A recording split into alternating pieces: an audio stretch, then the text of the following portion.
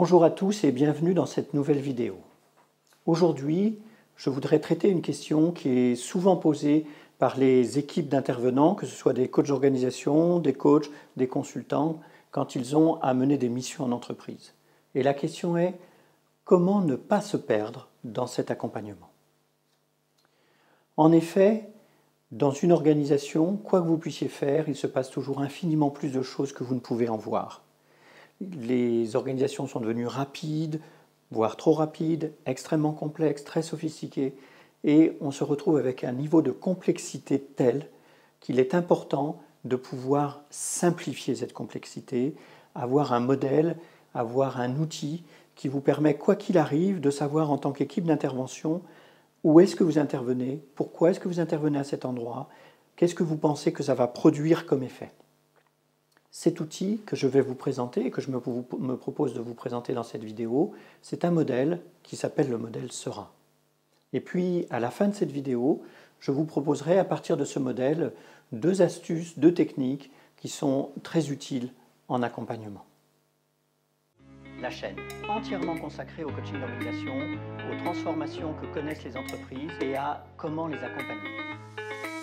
Je m'appelle Patrick Dugois. Je suis coach d'organisation, formateur de coach au sein de l'école de coaching d'HEC, auteur, conférencier.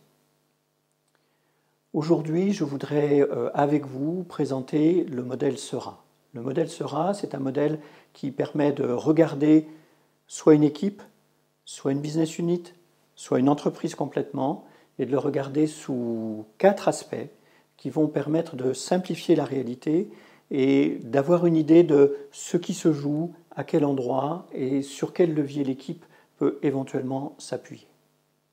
Ce modèle, comme son nom l'indique, c'est en fait un modèle qui est un acronyme et qui a pour vocation à aider les équipes à travers quelque chose de très facile à mémoriser, de très simple, qui va leur permettre de savoir, au fond, qu'est-ce que je fais quand j'accompagne.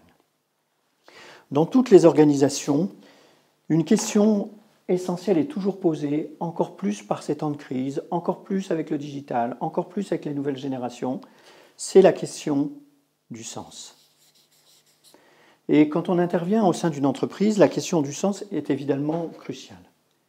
Alors attention, quand je vous parle du sens, bien sûr je vous parle de la vision. Tous les leaders aujourd'hui, tous les managers formés, expérimentés savent qu'une entreprise, une organisation a besoin d'une vision. Mais le sens dans l'entreprise, c'est beaucoup plus que ça. Et dans le modèle que je vous présente, qui fonctionne un peu comme une boussole, qui vous permet de vous orienter, savoir ce qu'il se passe dans votre organisation au niveau du sens, ce n'est pas uniquement la vision. C'est aussi de se poser la question en termes de valeur et de représentation. Là encore,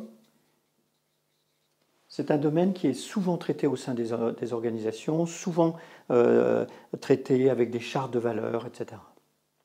Et puis, il y a encore d'autres endroits où va se jouer le sens. Par exemple, ça va être l'histoire.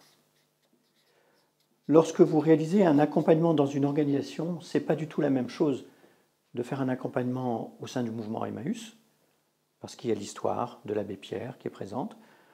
Chez Apple, vous ne pouvez pas ignorer l'histoire de l'entreprise, mais c'est vrai même pour des entreprises moins emblématiques, moins importantes. Vous avez toujours l'histoire, la question du fondateur qui est très présente et qui donne un sens, qui colore toutes les actions dans l'entreprise. Et puis vous avez un dernier élément très important qui va être l'interprétation. Alors quand on dit interprétation, qu'est-ce que ça veut dire?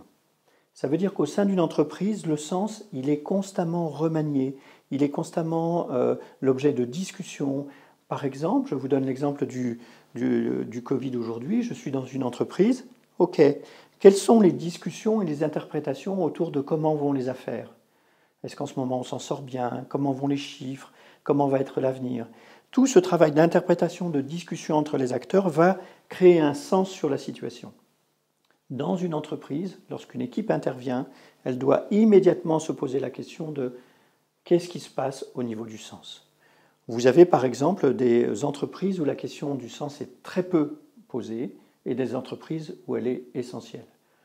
Vous avez tous suivi les questions de mission d'entreprise qui sont très présentes dans l'actualité. Elles parlent de cette question du sens. Vous avez tous vu les travaux faits sur les marques employeurs pour attirer des jeunes.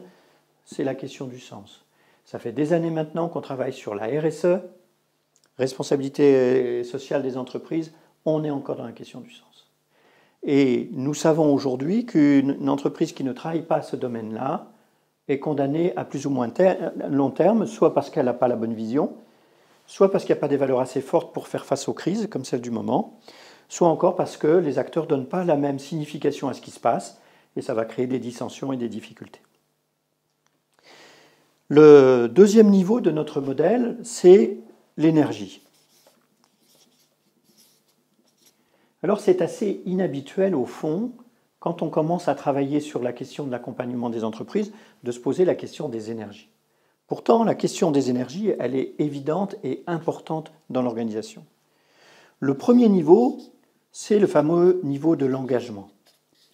Ce niveau-là, il est travaillé, pas dans toutes les entreprises, mais il est travaillé dans un certain nombre d'entreprises, avec des enquêtes d'engagement, avec un suivi, etc. Vous avez ensuite tout ce qui est question de motivation, qui va d'ailleurs avec l'engagement. Ça, ce sont souvent des choses qui sont regardées par les équipes RH, etc. Ce qui est beaucoup moins regardé, ce sont les pertes d'énergie. Et alors, quand on dit perte d'énergie, de quoi on parle? Quand on dit perte d'énergie, on parle au fond de toutes les énergies qui ne sont pas utiles à l'activité. Par exemple, toute l'énergie que peuvent mettre les acteurs à défendre leur précaré, à défendre leur région, leur territoire, leur métier, à ne pas collaborer avec l'autre. Tout ça, ce sont des pertes d'énergie. Et puis, dans les organisations, il y a aussi des énergies qui sont mal employées. Alors, ce sont moins des choses, parce que dans les pertes d'énergie, il y a beaucoup les jeux politiques de l'entreprise, il y a comment il faut une énergie folle pour faire avancer un dossier, parce que les uns veulent, les autres ne veulent pas, etc. Mais vous avez aussi des énergies mal employées, et les énergies mal employées, ce sont les énergies qui sont utilisées à des choses qu'on pourrait ne pas faire. L'exemple classique que cite le sociologue François Dupuis, c'est toutes les énergies de contrôle. Tout le temps qu'on va passer dans les entreprises à faire des rapports, à faire du suivi, à faire du tableau Excel, etc., du contrôle, y compris du contrôle de gestion. Je ne suis pas en train de dire qu'il ne faut pas faire de contrôle de gestion. Évidemment qu'on a besoin de tableaux de suivi, d'indicateurs de contrôle de gestion, mais souvent dans des proportions bien inférieures à ce qui est utilisé dans les entreprises. Et donc, Dupuis a une expression d'ailleurs assez savoureuse pour dire ça, il dit « tout est contrôlé, mais rien n'est sous contrôle ». Parce que dans une organisation où il y a de l'hyper-contrôle, les acteurs ont l'habitude, et ils vont y compris dans les rapports, vous écrire les choses que vous avez envie d'entendre, même si elles ne sont pas vraies. Et donc vous vous retrouverez avec beaucoup de reporting qui ne vous servira à rien. Ce sont des énergies mal employées. Le sens, l'énergie, le troisième niveau, qui paraît plus évident, c'est le niveau des relations. Dans une entreprise, une équipe d'intervention doit regarder ce qui se passe au niveau des relations. Alors, regarder ce qui se passe au niveau des relations, ça veut dire évidemment regarder les relations entre les personnes. Ça, c'est la question des conflits et des coopérations. C'est une demande qui est très souvent adressée au cabinet de conseil, au cabinet de coach sur « Messieurs les coachs, mesdames les coachs, aidez-nous à coopérer ». Ce qu'il faut bien voir, c'est que ça, c'est souvent de l'interpersonnel, et dans les conflits, il peut y avoir de la souffrance au travail, il peut y avoir toute une série de choses qu'on connaît bien aujourd'hui dans les entreprises, malheureusement. Ce qu'on oublie souvent, c'est qu'il faut penser aux relations intergroupes qui sont peu traitées. C'est-à-dire qu'au fond, comment les équipes s'ignorent, le fameux travail en silo, le fameux travail par territoire, qui fait qu'on passe beaucoup d'énergie pour faire avancer les choses. Et puis, il faut y ajouter les non-relations. Et là, c'est intéressant de voir, par exemple, comment dans beaucoup d'entreprises, quand on regarde ceux qui ne dialoguent pas ensemble, ceux qui ne travaillent pas ensemble, on a en fait les goulets d'étranglement qui limitent la productivité. Je pense notamment avec le digital, comment par exemple des DSI corporate vont travailler avec des BU décentralisés qui ont peut-être leurs propres applications, leurs propres équipes et qui n'ont pas tant que ça envie de coopérer et qui vont entretenir des non-relations. Et puis le dernier niveau sur les relations, c'est que là on parle de la systémique, c'est-à-dire de regarder comment l'ensemble des relations dans le système fonctionnent ou dysfonctionnent selon les cas. Sens, énergie, relation. Et le quatrième niveau de ce modèle, ce sont les apprentissages. Alors quand on dit les apprentissages, on dit une première chose que nous dit Harry Goes, qui a écrit un livre qui s'appelle The Living Company, et qui en gros défend la thèse, puisque c'est déjà un livre ancien, qu'aujourd'hui l'environnement est tellement incertain, tout change tellement à l'intérieur, en externe, internationalement, nationalement, ça bouge tellement dans tous les sens qu'aucune entreprise n'a des chances de survivre simplement en cherchant à contrôler l'environnement, parce que c'est impossible. Sa seule chance pour survivre et pour ne pas mourir, c'est de savoir apprendre en interne et en externe. Donc dans les processus d'apprentissage, il y a derrière tout le courant des entreprises apprenantes et cette idée assez simple qu'on a besoin constamment de capitaliser sur nos expériences.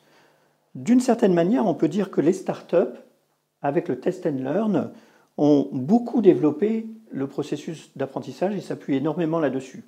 Souvent, elles ont des difficultés quand elles grossissent, parce que quand elles grossissent, elles vont découvrir la question des systèmes et des relations. En général, elles ont beaucoup d'énergie et le sens ne se pose pas trop chez elles. À l'inverse, dans une grosse entreprise, peut-être qu'on a beaucoup travaillé le sens, on n'a pas trop d'énergie, les relations peuvent être plus ou moins politiques selon les endroits, et on oublie beaucoup les processus d'apprentissage. Donc vous voyez que cette matrice qui est assez simple, elle vous permet, que ce soit pour une équipe, que ce soit pour une entreprise, que ce soit pour une BU entière, tout de suite de vous dire, OK, qu'est-ce qui se passe au niveau du sens, au niveau des énergies, au niveau des relations, au niveau des apprentissages.